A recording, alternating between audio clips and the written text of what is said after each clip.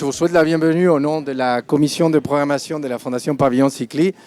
Ça fait toujours plaisir de se retrouver ici, de vous retrouver ici. Et ce soir marque le lancement de notre cycle de conférences de la saison 2024-2025 et qui a été construit autour de la notion de faire. Donc on avait annoncé ça l'été dernier, ce thème qu'on a trouvé tous ensemble, qui a à voir avec l'idée de fabriquer quelque chose, de produire quelque chose. Et derrière cette idée de faire, il y a un certain engagement avec le métier, un engagement avec la matière qu'on touche et avec la production d'un certain nombre d'objets. Aujourd'hui, parler de faire, parler de production semble un peu contradictoire. On évoque souvent la question de la décroissance, on évoque la question de faire moins, justement, alors qu'ici, on va justement se concentrer sur cette action. Le cycle précédent, qui était construit autour de la notion de simplexité, était pensé autour des notions plutôt philosophiques qui avaient à voir avec l'idée de rendre les choses complexes, simples, de comment aborder certaines problématiques, alors que le faire parle justement de cette action. Elle parle plus de la main que de la tête, elle parle plus de cette production de quelque chose. Donc cette année, on aura la chance d'entendre parler 6 conférencières et conférenciers qui vont aborder cette problématique du faire à partir de leur propre discipline. On va entendre parler des architectes, des urbanistes, un anthropologue, un artiste et un paysagiste, des différentes collègues qui font partie de notre environnement et qui vont parler justement de leur engagement avec les problématiques qui nous occupent aujourd'hui. Donc voilà, je vous souhaite la bienvenue au nom de toute la famille Pavillon Cycli. Et les dates des prochaines conférences tournent sur les écrans. Vous allez les voir, vous avez reçu nos newsletters, vous êtes tous, j'espère, abonnés à nos différents réseaux sociaux pour avoir les différentes nouvelles de la Fondation. Et la conférence de ce soir résonne ou annonce d'une certaine façon une autre activité qu'on aura, une autre manifestation qu'on aura au printemps prochain. Ça sera une exposition. Mais je passe la parole à mon collègue Alberto Figuccio, aussi de la commission de programmation, qui va vous présenter le conférencier de ce soir. Voilà, merci.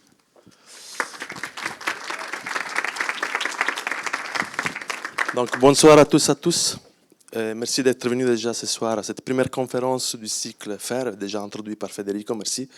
Et j'ai le plaisir de vous présenter Miguel Georgiev, cofondateur de l'atelier Colloco, et merci Miguel d'avoir accepté l'invitation.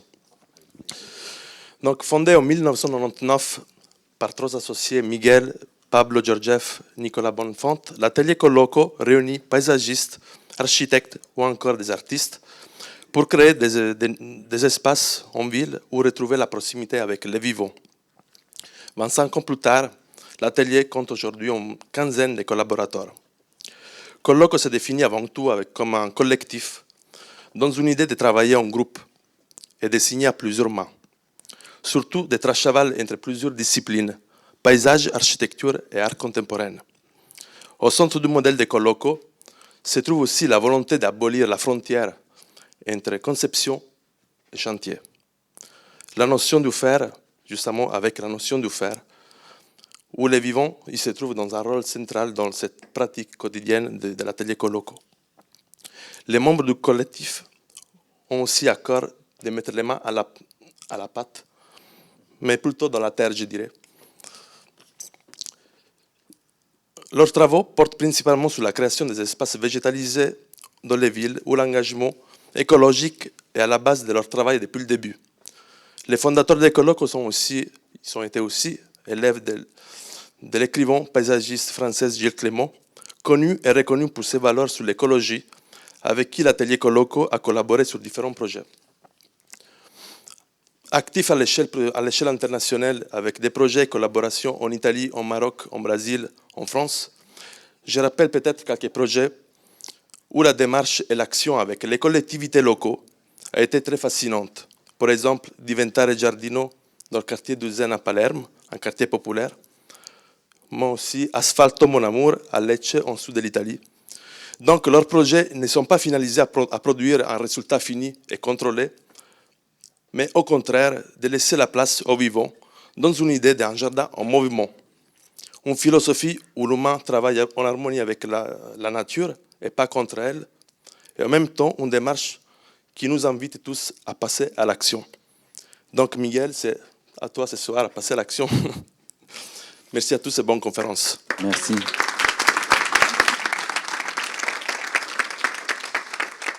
Merci infiniment à la famille Sicli du coup de m'accueillir. Merci pour ce sujet pas simple du tout d'aborder dans le fer, mais en même temps qui fait un peu l'histoire de l'atelier Coloco dont je me fais le porte-parole ce soir avec d'innombrables collaborateurs qui ont pu permettre à tous ces chantiers d'avancer et dans lequel effectivement la question du fer est devenue centrale après divers types de limitations ou de frustrations dans le faire, qui est un peu les dérives de la conception simplement quand on est en atelier, et de passer à l'action et de se donner d'autres dimensions dans le chantier. Je vais vous présenter une série de projets pour mieux initier des discussions qu'on pourrait avoir après et parler de ce que ça peut évoquer pour vous de faire ou la façon dont vous faites, vous, à votre tour, vos différents projets et travaux. Je voudrais commencer d'un peu loin avec cette idée que la vie est le petit grain de folie de l'univers, comme dit William Tsonde, qui est un auteur d'origine congolaise, et qui nous rappelle l'inestimable chance qu'on a d'être là ce soir et de pouvoir partager ces moments-là au sein du Jardin planétaire, qui est cette petite épaisseur toute fine que Gilles Clément a défini dans les années 90, entre les fosses les plus profondes qui font 11 km de profondeur, donc, et la limite de la troposphère à peu près à 10 km. Donc c'est dans cette toute petite couche que s'établit la possibilité de vivre, et donc la possibilité de faire. Et c'est peut-être le lieu de l'expression du faire que cette toute petite couche de vie, on va le voir limité entre... On croit habiter une grande planète qui fait 40 000 km de diamètre, mais en fait pas du tout. On habite deux petites bulles, une d'eau et une d'air, qui sont les masses disponibles pour que la vie s'exprime. Ça, c'est des éléments que vous retrouverez dans l'exposition qu'on vous proposera et qui nous donnent un peu la modestie de cette façon qu'on doit avoir de préserver l'habitabilité de la planète, et qui est quelque chose d'extrêmement opportun dans le monde, et avec cette chance de pouvoir le partager, de lutter pour cette habitabilité. Ça, c'est l'évolution du climat dans les prochaines années, à l'horizon 2100. Vous n'êtes pas trop mal lotis, vous êtes à peu près à hauteur de Dubrovnik, en Croatie, mais il y a quand même des gros bouleversements qui sont attendus, que les scientifiques ont largement documenté, explicité, et qui nous bouleversent tous dans notre vision de l'avenir, dans cette projection qu'on peut avoir du faire et dans quel milieu le faire, et dans le sens à donner aux fabrications qu'on fait, aux réalisations qu'on peut faire. La question du faire, elle est... Quand je me suis penché un peu sur le sujet, elle est dans l'agir, dans cette capacité de se mettre en action, dans la capacité de réaliser, d'accomplir, c'est ça le faire, mais c'est aussi s'accomplir, se réaliser, et la façon qu'on peut tirer de fabriquer des choses et de promouvoir ce bonheur qu'on a d'imaginer dans des métiers de projet, de conception, cette capacité de transformation de nos habitats. Donc pour faire et pour pouvoir continuer de faire, il faut faire face et faire front. Ça, c'est pas Gaza, c'est pas une guerre quelconque, c'est désormais ce qui nous incite à manifester, non plus pour des idéologies, pour des rêves comme ceux qu'on pouvait tenir il y a quelques décennies encore. Aujourd'hui, on manifeste pour la survie de notre espèce. Ça, c'est les manifestations qui ont eu lieu contre les méga-bassines à Sainte-Soline, dans le Limousin, et qui donnent ces images d'une bataille armée pour la vie, de militants, de citoyens, simplement qui essayent de défendre une situation dans laquelle il est absolument nécessaire de faire face aujourd'hui à toutes ces logiques contraires au vivant, contraires à toutes ces dynamiques d'expression et d'évolution du vivant. Vous voyez les visages inquiets, les visages angoissés qu'on a l'habitude d'avoir sur nous-mêmes aussi en pensant à l'avenir.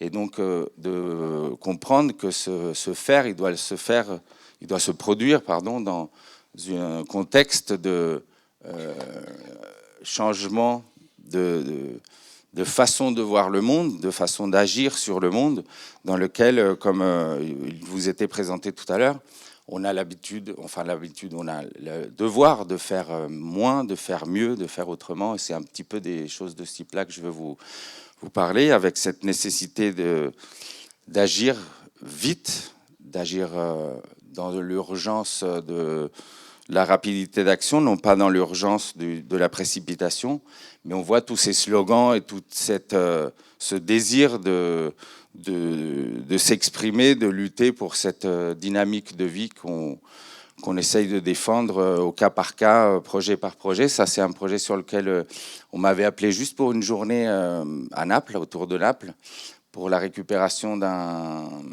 ancien site militaire où il y avait des radars américains qui espionnaient je ne sais pas quoi. Et on s'est retrouvé avec tous les participants, tous les acteurs potentiels de ce parc, simplement pour discuter de la possibilité de le mettre en place et d'avoir tous ces acteurs réunis pour une cause commune qui était la transformation de celui-là. À Rome, ça c'est un cas très très intéressant un centre commercial qui a percé la nappe phréatique et du coup qui s'est arrêté en chantier. Et c'est devenu une réserve écologique après une vingtaine d'années d'abandon, d'évolution spontanée. C'est le lago Bulicante qu'on vous présentera aussi dans l'exposition et qui est le témoin d'une lutte pour la préservation de dynamiques spontanées que personne n'a fabriquées, mais qu'il est importantissime de préserver, surtout quand c'est arrivé à des stades de richesse écologique aussi importantes que celle-là. Mais c'est aussi faire autrement, chercher comment on peut évoluer dans nos façons de faire, dans nos méthodologies, dans les assemblages qu'on peut produire au moment de faire des chantiers, des projets, et inventer. Je pense qu'on a une responsabilité d'inventer, on a un besoin d'inventer des nouvelles formes de représentation de l'espace, de la vie. Ça, c'est un schéma qu'on avait imaginé pour le réseau des espaces délaissés de Montpellier, mais qui, comme vous le voyez, peut ne pas avoir d'échelle. C'est aussi bien des liens entre bactéries que des situations dans un espace territorial beaucoup plus vaste. Et cette imagination de comment représenter la vie, comment représenter les dynamiques du vivant, qu'est-ce qui s'échange entre les différents individus. Mais avant tout, l'accent sur la question de l'évolution et des dynamiques, beaucoup plus que sur la forme des choses. Ça, c'est quelque chose qui a évolué beaucoup. Je sais pas, voilà. Ça, c'est une carte aussi qui représente les dynamiques du vivant à l'intérieur de tous les espaces délaissés de Montpellier, sur une étude qu'on a fait il y a quelques années maintenant, dans la représentation de ces dynamiques au niveau cartographique, et qui a été très utile pour parler avec les urbanistes sur ce jeu, ce besoin de laisser advenir des choses qui ne sont pas intégrées dans des projets et qu'on essaye de ne plus contrôler. Cette question de l'abandon de la maîtrise, c'est un sujet qu'on partage beaucoup avec Gilles Clément. On est en général maître d'œuvre, maître d'ouvrage, et on s'autoproclame maître de ce qu'on maîtrise en fait pas du tout, qui est le devenir du vivant une fois installé. On fait que permettre des choses. Je vous l'expliquerai sur des cas plus précis. Alors j'ai un peu de problème avec voilà. Et inventer, c'est aussi inventer des représentations, des visions du monde en général, mais du monde végétal, de l'espace, sur lesquels on a ce plaisir et cette énergie de faire de ce type de dessin. Le dessin, je pense que c'est quelque chose d'inhérent à nos métiers et sur lequel la fabrication, le dépôt de ces idées, de cet imaginaire, c'est cette première fabrication du faire, et dans lequel on essaye de représenter un peu la complexité des différentes échelles du vivant simultanément, et qui amène à cette compréhension permanente de tout ce qui est en train de se passer à différentes échelles dans un territoire ou dans un site qu'on visite parfois pour la première fois, avec cette notion que Gilles Clément a notée dans La sagesse du jardinier, où il parle de saisissement, ce moment où on est saisi par un site nouveau qu'on découvre et dans lequel tous les germes du projet sont déjà installés par ce premier contact, cette première sensibilité qu'on a avec le vivant, dans une simultanéité aussi. Cette question de la représentation des échelles, elle parle beaucoup du temps et comment le temps s'est invité à devenir l'un des sujets principaux dans notre vision des projets, beaucoup plus que l'espace, qui était un peu la façon de concevoir, de composer les projets comme on nous les a appris, ou comme c'était peut-être beaucoup plus fréquent dans les années 80 ou 90. Aujourd'hui, le projet de paysage, en tout cas, c'est devenu beaucoup des questions de temps et de représenter les différentes catégories de temps, les différentes qualités du temps, que ce soit le temps cosmique, les saisons, la façon dont le vivant répond à ses dispositions géographiques, et aussi le temps de la culture, le temps de l'agriculture, le temps de nos rythmes de vie dans lesquels il y a des vacances, il y a des moments de plus ou moins grande fréquentation des choses, et puis il y a les temps politiques sur lesquels on travaille parfois sur des visions de très court terme qui sont la façon dont on se plie à l'organisation même qu'on a pu faire dans les temporalités du projet, et qui contraignent parfois la capacité de voir dans le long terme et le très long terme. Et cette représentation, elle est faite par un jeu de simultanéité dans lesquels en fait le projet se promène à l'intérieur de ces différentes qualités de temps, et dans lesquels il doit articuler ces différents besoins, qu'ils soient écologiques ou qu'ils soient humains, par rapport aux usages qu'on propose dans l'espace public, par exemple, et qui amènent au fait que la représentation du temps est devenue pratiquement un jeu systématique dans l'ensemble des projets qu'on propose. Ça, c'est un calendrier de gestion végétale dans les friches de Gironde fait par Marty Franck, par l'agence EMF, et dans laquelle il y a cette façon dont on essaye de comprendre graphiquement comment la vie se déroule au long d'une saison. Et ce que j'aime partager, c'est cette citation d'Edgar Morin qui dit qu'il faudrait enseigner les principes de stratégie qui permettent d'affronter les aléas, l'inattendu et l'incertain. C'est ce monde dans lequel désormais on est en train d'évoluer et de modifier leur développement en vertu des informations acquises en cours d'action. Il faut apprendre à naviguer dans un océan d'incertitude. Et c'est là où le projet rencontre des difficultés, puisqu'il va aborder différents types d'aléas, et que cette façon d'accepter la variabilité des contextes et de l'incertitude que proposent les projets nous a incité à fabriquer cette modalité d'action qui est beaucoup plus que, comme dans les marchés publics, une évolution d'une esquisse, un avant-projet, un projet définitif, et puis on passe des marchés, puis le projet il devient de plus en plus crispé, il est de moins en moins mobile, de moins en moins révisable, vers une modalité d'action qui propose 5 étapes qui sont infinies et qu'on redécouvre à chaque moment qu'on retourne sur un chantier, qui passe de l'exploration à la création de stratégies, ça peut être des intentions, à l'activation, qui est ce moment de fabrication sur un chantier, avec son corollaire qui est la construction, et un moment où il faut transmettre cette création collective pour qu'elle devienne désormais vivante et évolutive avec les gestionnaires, les jardiniers, les riverains, les habitants qui vont lui donner vie. Et chaque nouveau retour sur un site amène à cette même boucle dans laquelle ces 5 étapes, elles ne sont pas successives, mais elles sont concomitantes, et entre la reconnaissance, la stratégie, l'action. Et en fait, chaque moment du chantier, vous allez le voir assez vite sur des cas précis, amène des combinaisons possibles de ce qu'on est en train de découvrir, ce qu'on est en train de fabriquer. Et c'est là où la fabrication et la succession de la fabrication, c'est pour ça que j'ai intitulé la présentation « Faire et refaire ».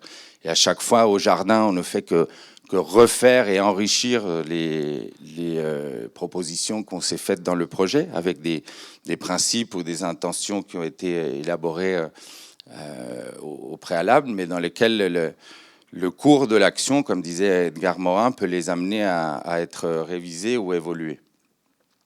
Et la qualité du projet, en tout cas pour le paysage, c'est assez éloquent et assez évident que le projet de paysage doit permettre et non prévoir. Ça, c'est quelque chose qui nous poursuit beaucoup, qui nous habite dans la façon de proposer un projet qui soit toujours capable d'évoluer par lui-même à terme ou d'évoluer par rapport à d'autres considérations ou d'autres besoins qu'on n'aurait pas anticipés et qui se révéleraient ultérieurement.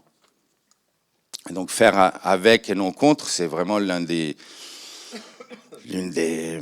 grandes phrases qu'on retient du travail de Gilles Clément. Ça, c'est sur un cas précis d'une réserve écologique urbaine en plein centre de Épinay-sur-Seine, au nord de Paris.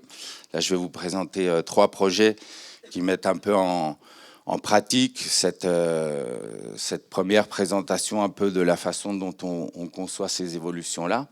Et donc, c'est un petit espace au cœur d'un îlot de résidence des années 60-70, qui sont des maisons individuelles. C'est une réserve foncière qui avait été gardée pour un équipement public, et par rapport à la façon dont il a évolué, la ville d'Épinay s'est proposé de faire un parc public. Ça, c'est un petit graphique qu'on avait fait pour l'étude des délaissés de Montpellier, mais qui prend en considération le fait de laisser faire de plus en plus, de tendre vers une façon de laisser la nature évoluer par elle-même, en tout cas les dynamiques végétales, et de comprendre que moins on la guide, moins on la maîtrise, moins on la cadre, plus elle est à même de se développer de façon riche et de s'enrichir d'elle-même dans le temps de son évolution. Donc cette petite parcelle qui fait 2 hectares environ, elle a d'abord été relevée par des écologues. On a défini un peu les différents milieux qui pouvaient être articulés au sein d'un parc public. Et on a simplement tissé des liens de relations pratiques avec juste un linéament dans lequel les humains peuvent se parcourir le parc et peuvent se rencontrer cette richesse végétale, et avec toute une série de sentiers qui ne sont pas déterminés, qui peuvent amener aussi à l'évolution de la façon dont on pratique cette réserve. Il y a deux maisons qui avaient été démolies, avec lesquelles on a fait les soutènements, les gabions pour le petit stade qui est en lien avec un lycée en face. Et puis voilà la façon dont on invite l'humain à profiter de cette qualité de contact avec le végétal très particulière à Épinay. Il faut comprendre que c'est un peu en pleine métropole parisienne, dans une ville très dense, et que ce genre de situation et d'émotion de rencontre avec le végétal est rare. C'est pour ça que le faire ici, c'est limité à une série de plattelages ou de petites actions discrètes dans quelque chose qui préexistait et qu'on a conforté simplement sur les abords des différentes typologies végétales. Dans une idée de succession aussi, il y avait des anciens vergers, il y avait des anciennes haies, et avec quelque chose qui était beaucoup plus axé sur l'accessibilité modeste et puis la gestion des prairies, des vergers, avec un travail aussi sur ce type de contexte-là, dans lesquels on ne touche à rien, on laisse évoluer cette idée d'une réserve naturelle urbaine. Et avec des petites interventions très ponctuelles, avec une petite architecture qui vient proposer la possibilité de faire des ateliers, des rencontres et des ateliers avec des scolaires, par exemple, ou des centres aérés dans lesquels ils ont un petit lieu de travail là. Et en fait, le travail vraiment de conception s'est arrêté à ces interventions assez modestes. Invité à l'œuvre, c'est l'un des outils qu'on a développé dans cette idée de pouvoir fabriquer nous-mêmes, après avoir défini quelques principes. Et je vais vous montrer ce qu'on a réalisé là sur Lecce, mais encore ici, une fois, la façon de représenter les acteurs quand on dit faire ensemble, identifier qui est qui peut faire quoi, qui peut participer à quoi, avec le plus possible de cette diversité d'intervenants dans lesquels on aime bien mélanger un peu les genres et les postes. Quand on est appelé, par exemple, par une collectivité, on est souvent en relation avec des techniciens ou avec des élus. Mais là, par exemple, sur Saint-Étienne, déployer des cartes sur l'étude des trames vertes et bleues de Saint-Étienne, déployer des cartes et puis discuter aussi avec les usagers ou avec les habitants qui viennent donner non seulement une façon de pratiquer les lieux, mais aussi des images, un imaginaire qui est récolté dans un outil qu'on appelle la carte du bien commun, qui est un outil dans lequel on essaye de déposer l'ensemble des connaissances acquises sur un lieu, qu'elles soient techniques, historiques, et dans laquelle je pense qu'aucune collectivité n'a rassemblé l'ensemble des informations disponibles dans les services. Ça, en général, les services, ils ne parlent pas forcément très bien entre eux.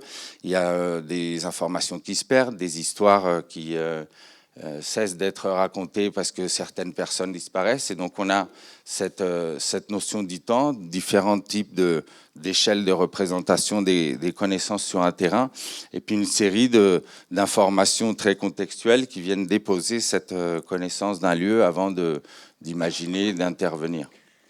Mais faire, c'est aussi faire des dessins, donner à voir, s'approprier ces lieux-là comme quelque chose qu'on va être amené à partager dans le temps du projet. Et j'aime bien cette idée de tenir un site dans la main et de pouvoir le montrer. Ce dessin-là, il n'est pas fait pour soi, il est fait pour être montré et pour partager cette vision du site, du temps. Ça, c'est un schéma qui organise la façon dont on peut faire collectivement avec différents acteurs, différentes temporalités. Ça, c'était un schéma qu'on avait fait pour la place de la Nation. L'aménagement enfin, ça, c'était la programmation. C'était même pas une question spatiale. C'était de savoir comment est-ce qu'on pourrait réinvestir la place de la Nation à Paris. Et donc, il y a des outils, des process, des acteurs, des objectifs à fixer. Et c'est rassemblé dans ce schéma qui, après, a pu être partagé avec les différents acteurs, qu'ils soient élus ou riverains ou des gens de passage. Et c'est un lieu qui a été largement transformé après dans les dernières années par la ville de Paris.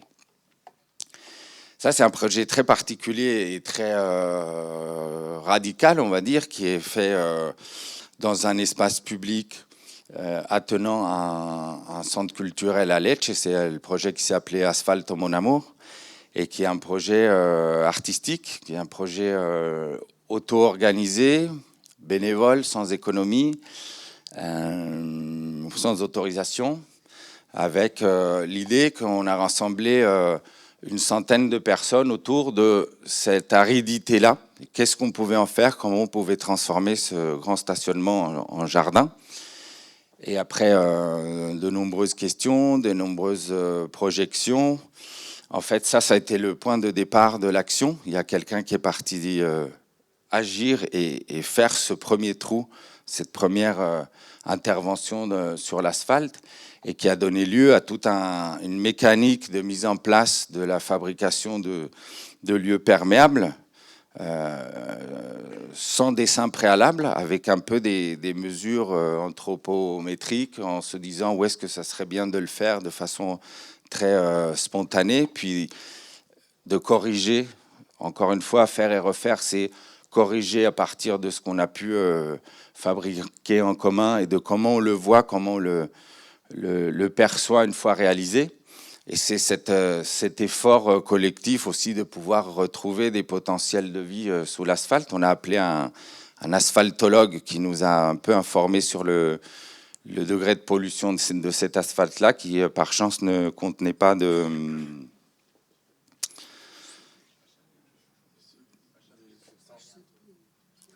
qui n'était pas trop toxique. Je retrouverai le mot. Ce qu'on a dans les isolations. De l'amiante, voilà, il y en a plein, je suis sûr, ici. Mais en tout cas, dans l'asphalte, il n'y en avait pas. Et donc, on a pu le garder sur place. C'est ça qui était intéressant. Et donc, ce projet-là, il a été organisé et pensé à travers l'idée d'indécision. Qu'est-ce que c'est que l'indécision? C'est pas de la non-décision ou de l'improvisation. L'indécision, telle qu'elle a été définie dans ce contexte-là, suite au manifeste du tiers paysage de Gilles Clément aussi, qui décrit ce tiers paysage comme la capacité maximale d'évolution du vivant par lui-même.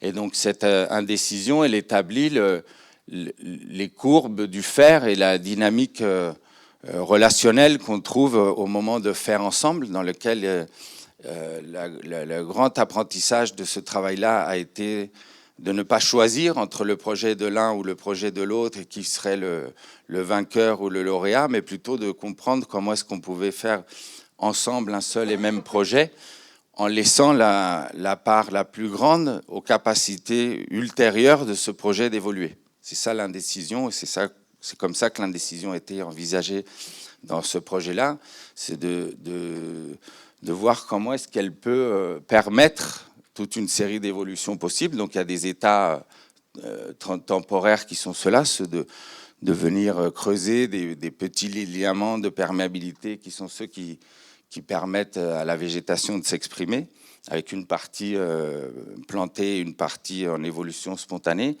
et qui petit à petit donne lieu à toute une série de relevés, d'analyses du terrain dans les évolutions des premiers moments, mais qui donne surtout lieu à la création d'une école du jardin planétaire, comme ça c'est appelé. Et donc, pendant plusieurs années, on est revenu sur le terrain, voir les degrés d'évolution, voir comment ces végétaux-là, ils se comportaient entre eux, qu'est-ce que ça produisait en termes de nouveaux usages dans ce stationnement. Là, il y a beaucoup d'appropriations spontanées très différentes. C'est très grand. Il y a une école juste derrière, là, des Salésiens. Et ça donne des paysages comme ça qui sont à moitié anticipés, voulus, désirés, dans lesquels la fabrication est là certaines limites dans l'évolution. Il n'y a pas de jardinier, il n'y a pas de gestion, il n'y a pas d'entretien dans ce jardin-là qui évolue à sa propre évolution, qui a maintenant une dizaine d'années d'existence et qui donne des situations de ce type-là dans laquelle on comprend bien que l'assemblage du végétal n'a pas besoin de nous et qu'il produit parfois des situations d'une nature très intéressante dans dans sa configuration et dans les surprises que ça peut amener aussi par rapport à une conception qui aurait été dans la maîtrise du début à la fin. Et voilà, les arbres, quelques années après, on s'est rendu compte aussi que l'asphalte était un excellent paillage pour les arbres. Il conserve l'humidité du sol, parce qu'à Lecce, il fait 40-45 degrés facile l'été. Et donc, les végétaux, ils ont... là, je me suis mis un peu à l'échelle du mélia qui a poussé en 5-6 ans. Donc, c'est des situations... qui inspire aussi d'autres types d'interventions. Ça, c'est un travail qui s'est fait avec énormément de participants et qui a donné lieu à toute une série d'apprentissages qu'on a pu mettre en place aussi dans d'autres projets sur l'enrichissement de situations préexistantes ou la création de nouvelles. Ça, c'est un projet sur lequel on a fait un travail similaire, mais pour une collectivité avec des autorisations à Ivry-sur-Seine, avec 400 enfants qui ont participé aux plantations. Donc le faire, c'est aussi le savoir-faire et le partage de ce savoir-faire-là avec les jardiniers de la ville, avec des personnes de Coloco aussi qui venaient apprendre aux enfants à planter, à mettre les mains dans la terre, qui sont des gestes extrêmement simples, mais qui ont toute une valeur à l'heure de transformer des lieux de vie, où on est arrivé dans cette configuration-là. Je ne sais plus de quand date ces photos-là, c'était janvier, je crois, et au mois de juin, c'est devenu ça. Et donc, inviter les enfants à transformer les lieux de cette façon-là, sans forcément... Là, il y avait un travail qui était intéressant, qui était la dimension. En fait, on s'est rassemblés pour dimensionner les fosses de plantation en se tenant la main, sans dessiner les choses en plan. Et c'est par le sens commun, on s'est dit, bon, bah là, c'est bien, ça va être végétal, là, on peut passer, mets-toi là. Et en fait, en mesurant comme ça, on a fait cet entrelac d'îlots de végétalisation et ça a donné ce foisonnement du végétal. Aujourd'hui, c'est encore beaucoup plus grand et ça a très bien marché de faire ça avec une intégration du dimensionnement et de la sensibilité des voisins, des riverains qui sont venus aider après Faire rêver, c'est aussi la grande puissance du végétal et même du mot jardin dans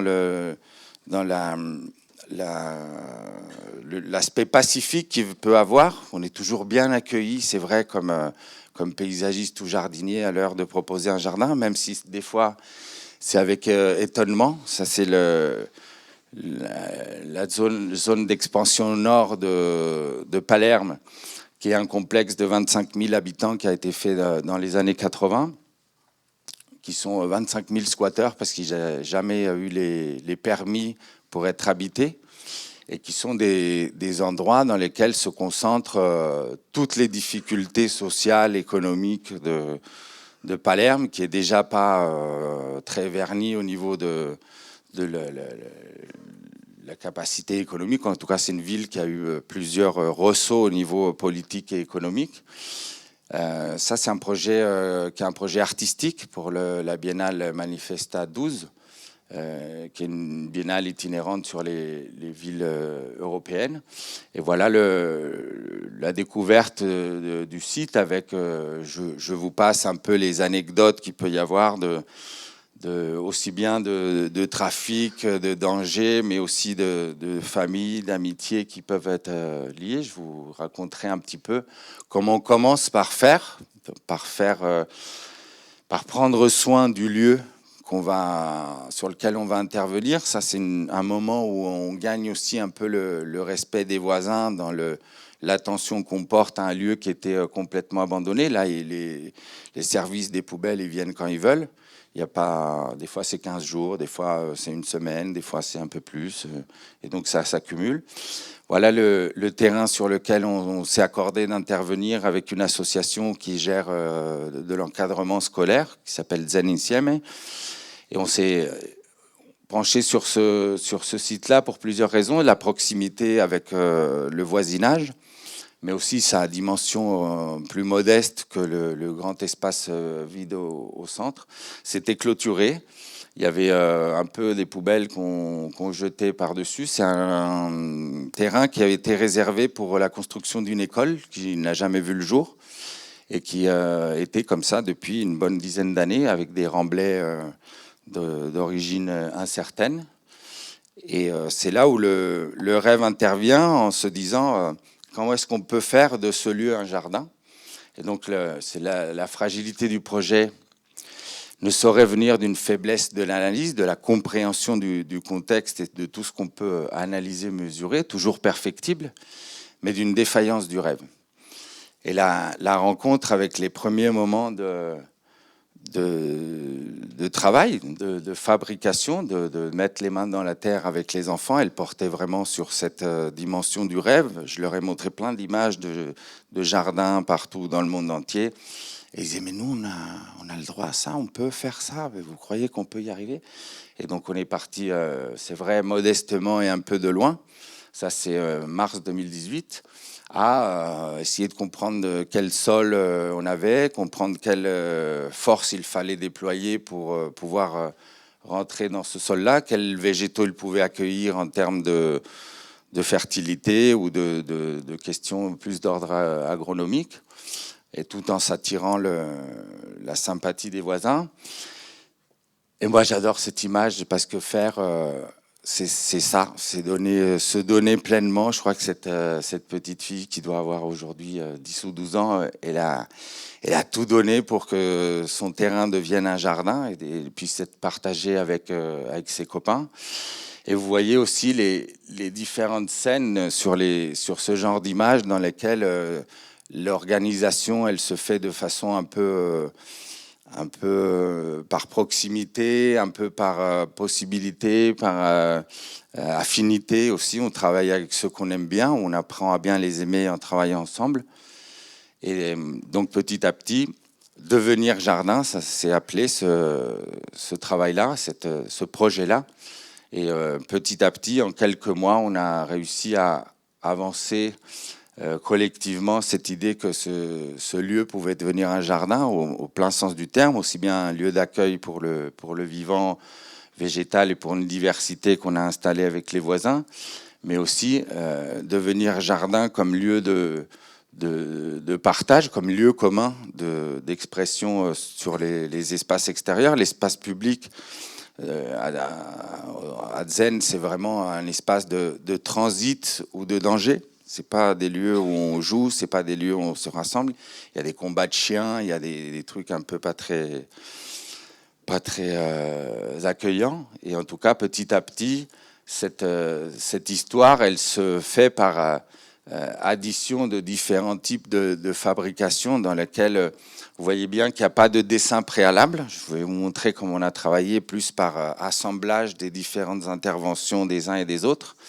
Et le dessin, il est un constat du travail effectué ensemble. C'est un récapitulatif du travail qu'on a fait ensemble et pas un dessin préalable qu'il faudrait suivre. Ça a été un apprentissage aussi de notre part et de la façon dont le faire ensemble nous déborde toujours. Une fois que, quelle que soit la façon dont on l'anticipe, il nous déborde toujours. Donc on a pensé qu'il valait mieux se définir quelques principes, quelques potentiels, quelques lieux, par exemple, dans lesquels, sur toute la partie gauche, là, c'est plus dense parce que les arbres sont plus à l'ombre et on a moins d'agression du soleil. Sur la droite, c'est des plantes plus basses et avec une partie dans laquelle on va jouer. Et petit à petit, cette restitution du chantier collectif, elle se déploie sur des papiers qui viennent restituer un peu l'histoire du lieu et l'histoire aussi de tous les savoir-faire qui se partagent là. Ce monsieur, maintenant, il est décédé malheureusement il y a quelques années, mais c'était un magicien, c'était un prix Nobel de bricolage. Il y a quelque chose d'un respect infini pour ces personnes qui ont pu être pêcheurs, peintres. Ils savaient tout faire, ils savaient quel nœud il fallait faire pour quel besoin, qui heureusement nous a énormément aidé et a transmis aussi plein de petites connaissances aux enfants qui ont participé au chantier, avec aussi la capacité d'anticiper les problèmes quand on sait faire, quand on a fait, quand on apprend par les mains, ce que disait très bien Federico tout à l'heure, de comprendre comment toutes ces personnes-là, elles ont non seulement appris tout un tas de choses, mais elles ont appris à fabriquer ensemble, à perdre un peu de manque de confiance et à trouver vraiment une idée de communauté. Ça, c'est les affiches successives des projets dans lesquels il y a, encore une fois, c'est ce que je vous montrais sur les nœuds de Moebius, là, sur les fois, on vient, on revient, on comprend la situation autrement et on refabrique ensemble et on retisse des relations nouvelles, non seulement avec les voisins et avec les habitants, mais aussi avec les végétaux. On les voit évoluer, on voit s'ils ne se portent pas bien, on les déplace. En tout cas, sur une saison, on a la capacité de faire ce travail-là et de faire des prototypes, de les améliorer, de les transformer en fonction de la façon dont ils sont appropriés, dont ils sont habités par les différents enfants, enfin enfants ou grands, mais ici c'est quand même très dédié à une association qui fait de l'encadrement scolaire après, avec laquelle on a travaillé tout du long, avec des interventions artistiques aussi, avec tout le staff d'une biennale d'art contemporain qui débarquait là. On a décidé d'inaugurer le chantier, c'est-à-dire de commencer le travail au moment du vernissage de toute la biennale. Et les gens, ils disaient, mais qu'est-ce qui se passe ici? L'œuvre, c'est le chantier collectif, c'est pas le jardin fini, c'est le moment de travail en commun et de cette fabrication-là, et qui a fini à la fin de la biennale. Avec voilà, les réactions aux besoins, aux désirs des uns et des autres, aux rêves des enfants. Vous allez voir après, ça c'est une série de gradins qui servaient à des manifestations de cinéma en plein air pour tout l'été, parce qu'évidemment, ils partent pas vraiment en vacances, les enfants de cette cité-là. Et petit à petit, les dessins, ils se structurent, ils s'organisent, ils se mesurent, ils prennent des dimensions pour voir comment cette organisation prend place. Tout ça, c'est très mesuré de façon sensible, mais très rarement en plan. Et donc, ça nous a servi quand même d'organiser ces différentes lignes de végétaux, par exemple, comprendre comment elles allaient évoluer ou elles allaient prendre la lumière. Et puis le bateau qui était garé là devant et qui s'est invité dans le jardin comme jeu. On ne voulait pas construire de jeu exprès pour qu'il n'y ait pas une seule activité, mais plutôt des sortes d'obstacles et de lieux dans lesquels les enfants ils pouvaient trouver par eux-mêmes quel jeu jouer. Puis ce bateau qui s'est invité là, au début, on ne pouvait pas du tout y toucher, puis finalement on nous l'a donné. Et puis, 6 ans après, on retourne sur place, parce qu'évidemment, ces jardins-là, on les oublie jamais. Comme dit Gilles Clément, encore une fois, pour faire un jardin, il faut un morceau de terre et l'éternité. Comme concepteur ou comme jardinier, on a un rapport particulier au jardin qu'on a travaillé ne serait-ce qu'une fois. Il nous appartient un petit peu quelque part. Dans le faire, c'est aussi cette capacité de l'intégrer au sein de soi, ou comme faire un dessin. Quand on dessine quelque chose dans un espace, on se l'approprie quelque part beaucoup plus qu'avec un selfie ou une photo. Et donc ça, c'est 6 ans après. C'est vrai que la nature sicilienne est particulièrement généreuse et explosive, mais ça a énormément poussé. Ce qui est sûr, c'est qu'on a gagné définitivement le devenir de cet espace-là comme jardin. Il ne sera plus jamais ni une école, ni un dépôt, ni quelque chose qui n'est plus commun. C'est vraiment devenu un espace commun. Et ce rêve-là, il se partage en jouant, s'amusant. Et le faire, c'est aussi tout ce qu'on vit à travers le faire ensemble. C'est là où le rêve, je pense qu'il a été accompli ici, pas forcément par le résultat plastique ou esthétique du résultat du jardin, mais par le fait que c'est un c'est un souvenir partagé et aussi des espoirs d'évolution partagés. Il est encore très, très actif, ce jardin. Et on a mis 6 ans à faire un escalier aux normes, dans les règles de l'art, avec toutes les autorisations, tous les permis, avec notre ami Sergio Sana, que je salue ici par sa ténacité. Alors qu'à Palerme, les choses, elles se font un peu parfois comme ça. Là, c'est un vrai escalier officiel et donc qui relie l'association au jardin avant de faire le tour. Et donc, c'est encore une façon de conforter la pratique du lieu et de l'enraciner justement par le faire, par la façon dont ils peuvent se déployer, faire tout un tas d'activités. Et voilà un peu les visions que ça donne quelques années après, dans quelque chose qui a été obtenu comme un lieu d'épanouissement. Je parlais d'accomplissement tout à l'heure, mais je pense que c'est ça la réussite d'un lieu qui devient un lieu partagé. Vous voyez bien plus qu'un joli lieu à photographier et qui est une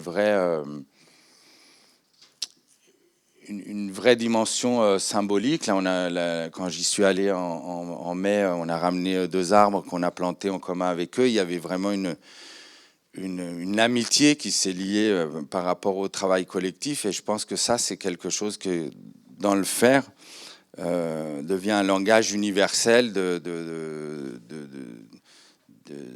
sympathie et de travail en commun qui permettent de s'entendre et d'œuvrer sur un but commun. Je reviens un peu à ce que je disais tout à l'heure par rapport à cette lutte pour l'habitabilité du monde. Je pense que c'est modestement des petits projets comme ça qui démontrent qu'on peut avancer dans cette dimension-là. Et vous voyez, c'est cassé. Il y a des choses qui évoluent, elles vieillissent, on les répare, elles s'améliorent, mais les enfants, ils sont toujours là. Il y a toujours de nouveaux enfants. Et ils grandissent bien vite. D'ailleurs, ceux avec qui on avait travaillé qui étaient comme ça, ils sont devenus comme ça. Et c'est ce grand plaisir qu'on a à faire la fête au travers d'un jardin et pour mieux recommencer. Faire la fête, c'est un passage obligatoire pour partager toutes ces devenirs de projets en cours et puis de les fabriquer. Ça, c'est un diagnostic en marchant avec un sound system à Bruxelles. Donc, un défilé qui était en même temps la reconnaissance d'un territoire et la fête au préalable. Toutes les actions de désasphaltage qu'on a rassemblées ici, mais qui sont autant d'occasions de faire une fête à cette capacité de travailler en commun et d'être fier de ce qu'on a réalisé ensemble. Ça, c'est quelque chose qui est absolument fondamental par rapport au faire et au faire ensemble. C'est la satisfaction et le plaisir que ça retire une fois qu'on a fini de faire et qu'on observe l'ouvrage qu'on a fait en commun. Et en Bosnie, par exemple, un projet très touchant aussi, parce qu'il venait réconcilier 2 communautés qui s'étaient un peu violemment bagarrées pendant quelques années, et qui a donné lieu aussi à la création d'un espace de jeu entre plusieurs bâtiments. Et cette fête, elle fait vraiment partie de la fabrication et du besoin de l'associer au chantier collectif au jardin. Le jardin et la fête sont d'utilité publique. C'est un petit mot que nous avait laissé Gilles dans une préface d'un petit livre que je vous montrerai tout à l'heure, et qui sont pour nous les véritables cœurs de ce qu'on défend comme capacité de faire, de fabriquer ensemble ces projets dans l'espace public. Et je vais vous inviter à faire une exposition, parce que c'est la suite de notre travail ici à Genève. Ça va être de vous exposer toute une série de réflexions et de projets qui ne sont pas que de nous d'ailleurs, qui sont rassemblés dans un petit ouvrage qui est publié qui a été publié cet automne, qui est en train d'être édité en anglais maintenant, et qui restitue un peu une bonne partie des contenus qui seront dans l'exposition et qui parle un peu de tout ça, comment cette capacité de faire et de s'approprier, elle a été vue par une vingtaine d'auteurs, de collectifs, d'associations, de concepteurs, dont certains à Genève. Et donc, on aura un grand plaisir à vous accueillir du 15 avril au 8 juin, pas au 1er. J'avais pas actualisé quand j'avais fait l'image. Et donc, on pourra largement reparler de tous ces cas-là, avec aussi d'autres visions et d'autres perspectives du faire dans les jardins et par rapport aux rencontres qu'on mène avec le vivant sous toutes ses formes. Voilà, merci beaucoup.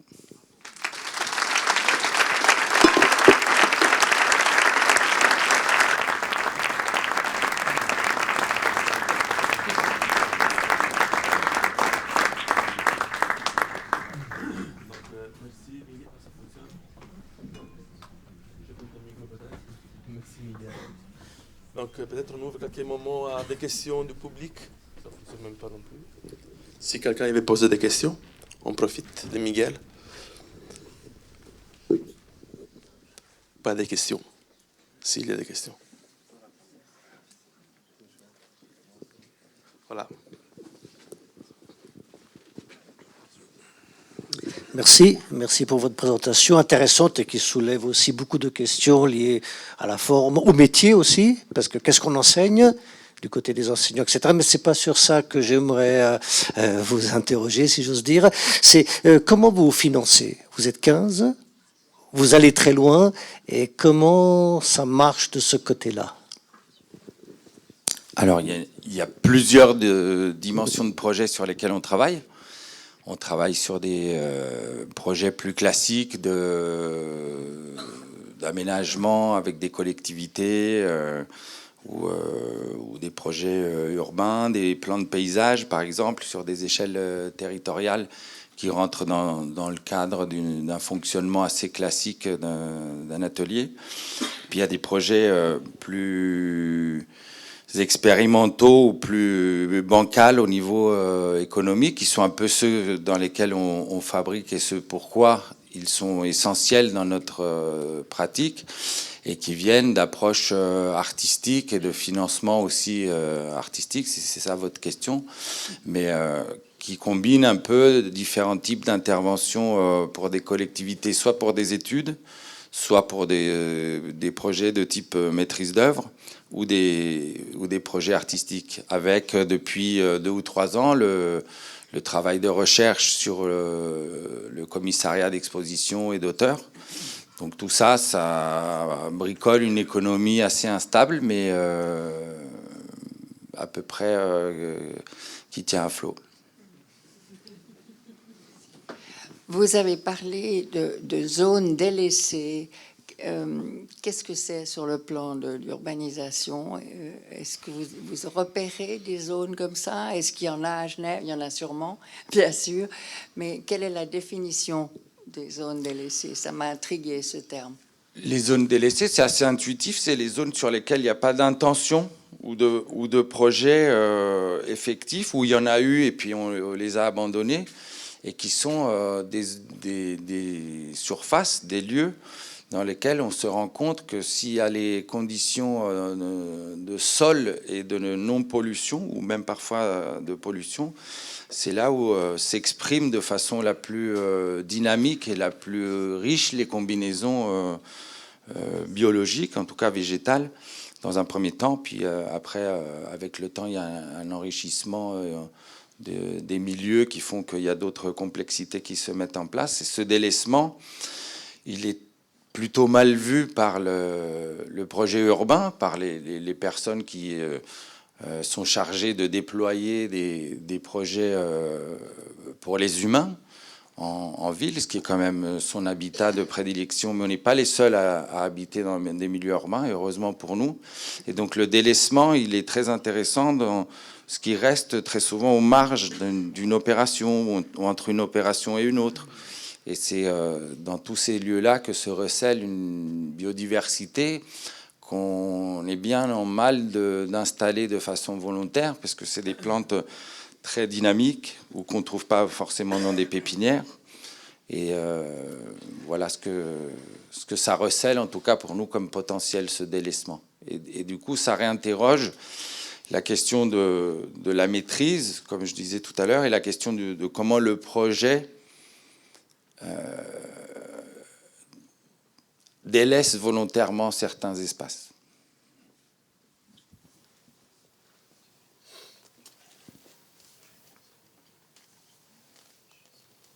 Vous avez dit qu'il fallait faire autrement. Effectivement, il faut apprendre à faire autrement. D'où ma question, est-ce que vous intervenez dans des cursus de formation? Et si oui, est-ce que vous laissez la possibilité à vos étudiants de venir expérimenter la façon de faire autrement les projets? Alors, il y a un peu de questions. Moi, j'ai enseigné longtemps à l'école du paysage de Versailles. Maintenant, pour des questions et personnelles et d'apport, j'ai ni plus l'envie de les suivre très longtemps, mais on fait des workshops, des ateliers plus ponctuels, de façon à transmettre un peu ces notions-là qui passent souvent, et la plupart du temps, par l'expérimentation. Et donc, je leur laisserai, si c'est ça le désir. En tout cas, moi, je ne fais pas, par exemple, de cours magistraux. Je ne me sens pas détenteur d'un savoir que je partage, en tout cas de façon frontale. Mais c'est plutôt dans l'expérimentation. J'ai toujours enseigné dans le projet, et donc c'est plus une recherche qu'on fait ensemble avec différents critères de développement du projet. Mais c'est ça, en tout cas, moi, que j'aime en tant qu'enseignant, c'est d'être plutôt dans la façon d'orienter une pensée qui appartient déjà. Ça, c'est valable. Ce qu'on dit là, c'est plutôt valable dans des enseignements supérieurs. Donc, avec des petits-enfants, on est plus dans le test ou se montrer des choses. Mais si on parle de niveau universitaire ou à peu près de ce champ-là, moi, je pense au contraire que c'est vraiment des âges et cette bascule d'un apprentissage à une expérimentation qu'on doit renforcer de façon très très forte, parce que c'est eux qui vont inventer les façons de faire qui vont nous permettre d'habiter demain. Enfin, on compte sur vous, parce que je vois qu'il y a pas mal de jeunes ici.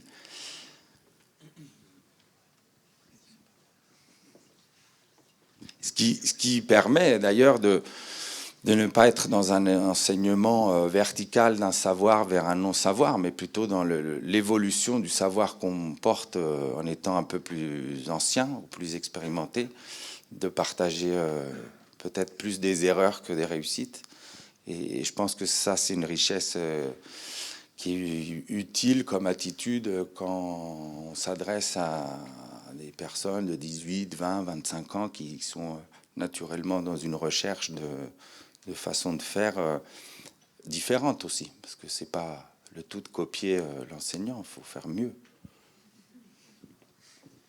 ou autrement. Pardon. J'allais poser une question à Miguel. Merci beaucoup pour cette présentation, très très intéressant, très instructif.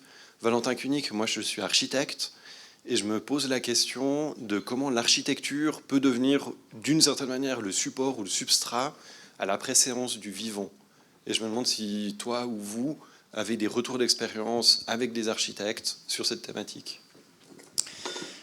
Il y a un des projets qui nous a touchés dans cette dimension-là, qui est l'école de la biodiversité autour de Paris, avec l'équipe de Chartier d'Alix qui est présentée dans ce travail-là. C'est pour ça qu'on a tenu aussi à avoir des projets urbains, dans des milieux denses. Le végétal ou le paysage, c'est pas que des questions ni rurales, ni de lieux pittoresques. C'est aussi une façon de s'affronter à nos besoins en termes de société et de construction, de réponse à des besoins démographiques. Donc j'ai ce cas-là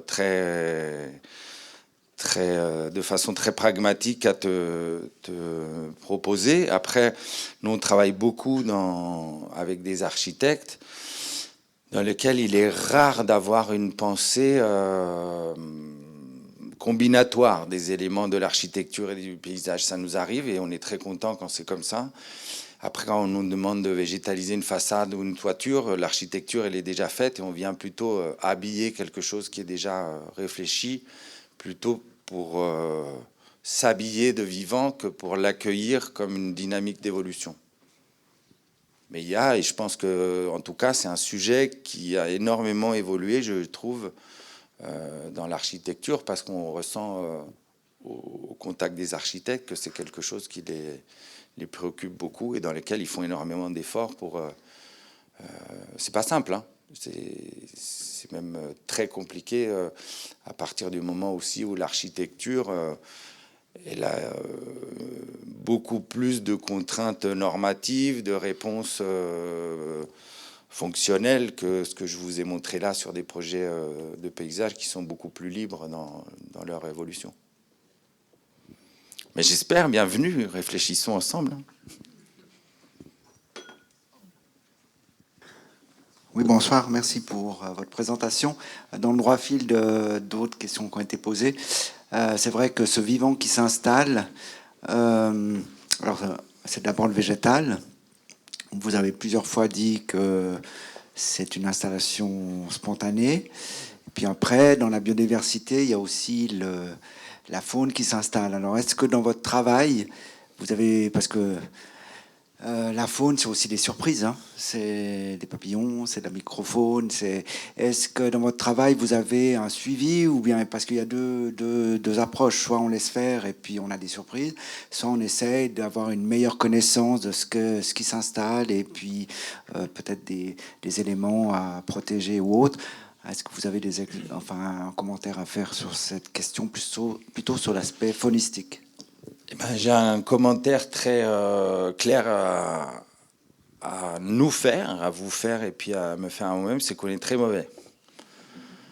On est très mauvais dans le sens où l'animal, de par sa mobilité, il est très peu pris en compte en amont. Alors on peut l'espérer, on peut le faire, enfin penser qu'il va arriver en installant des conditions favorables à ce qu'il arrive. Et c'est un peu dans cette catégorie-là qu'on se retrouve à créer des conditions d'habitat pour des espèces, surtout d'insectes, de papillons, d'oiseaux, mais on ne sait jamais s'ils vont arriver ou pas. Moi, je suis un peu dubitatif sur les hôtels insectes, sur des choses où on voudrait bien qu'ils arrivent, mais en fait, c'est pas du tout ça qui les attire. Mais plutôt en créant de la diversité, de la complexité, de la perturbation, un peu ce qu'on disait avec madame sur le délaissement, ça amène une diversité de situations dans lesquelles l'animal est bien gentil d'arriver si on le massacre pas ailleurs. Et c'est là où on a une vraie problématique commune avec les milieux agricoles, par exemple, et avec le fait d'arrêter d'empoisonner des sols, de l'eau. Il y a un gros travail qui a été fait en Europe en général, particulièrement à Genève aussi, sur les rivières, qui sont des grands vecteurs de biodiversité. En général, à partir du moment où on arrête de manipuler ces espaces-là, la faune, elle arrive assez vite après. Mais c'est pas quelque chose que le métier de paysagiste a bien pris en compte. Je pense qu'il y a une amélioration à faire, sans critiquer nos prédécesseurs ou nous-mêmes, parce qu'on a du mal à l'apprivoiser ou le comprendre. Il y a des études ornithologiques, par exemple, qui sont faites là sur un des projets au Chili, mais qui sont des constats a posteriori de ce qu'il y a. Alors, il y a toujours des inventaires qui sont faits au préalable, ça oui, mais ça donne un état à l'instant T, la façon de le permettre dans le projet, justement, et de ne pas le prévoir. Elle travaille sur des attentes ou des espoirs qui sont la création de conditions, juste. Donc, s'il n'y a pas encore d'autres questions, donc moi je vous propose... Ah oui, Manuel. Merci. Tu parlais de l'importance d'enseigner les échecs ou de s'appuyer sur les échecs pour l'enseignement. C'est quoi pour toi un échec dans les projets que tu as pu piloter, suivre ou auxquels tu as pu participer? Mais un échec qui pour moi est représentatif de ce qui est vraiment un échec irrécupérable, c'est une aventure qu'on a eue pour Marseille 2013, où on a commencé un projet participatif dans les quartiers nord de Marseille avec un théâtre, l'organisation de Marseille 2013 et les habitants. Et au bout d'un moment, les habitants, ils ont dit on n'en veut pas de votre projet. Pas vis-à-vis de nous, parce qu'ils nous aimaient bien, on avait fait un peu des amitiés avec eux et tout ça, mais ils se sont sentis utilisés par la manifestation artistique, ils se sont sentis dénigrés dans leur aspect d'habitants paupérisés des quartiers nord de Marseille. Ils ont dit stop, on arrête tout, partez d'ici, au revoir. Ça, c'est un vrai échec qu'on a vécu et qui est un échec malheureux parce qu'il est rattrapable. C'est pas quelque chose sur lequel on peut justement refaire mieux, corriger, se tromper puis aller de l'avant. Je crois quand il y a une difficulté de respect entre personnes, de dignité, de rôle des uns et des autres. Là, ça marchera jamais. Ça, c'est un vrai échec. C'est le pire échec qu'on ait vécu. En même temps, c'était très, très enrichissant comme expérience. Mais je dirais que c'est le seul niveau d'échec sur lequel on peut vraiment perdre. Le reste, vous voyez bien, on peut s'arranger, on peut rattraper, on peut recommencer, on peut déplacer, on peut admettre de s'être trompé et puis refaire autrement. Si on perd la confiance, là, c'est un peu ça le déterminant de tout ce type de projet de long terme, et entre pouvoir public, entre responsables, entre techniciens, entre voisins. Cette confiance-là, elle est vraiment la source de toutes les possibilités, ensuite qu'elles soient plus ou moins bonnes ou plus ou moins mauvaises. Mais...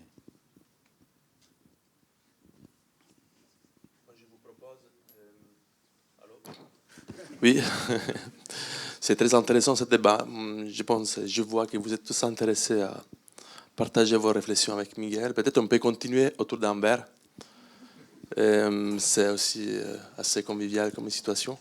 Et merci Miguel, c'était une belle conférence. Merci à vous.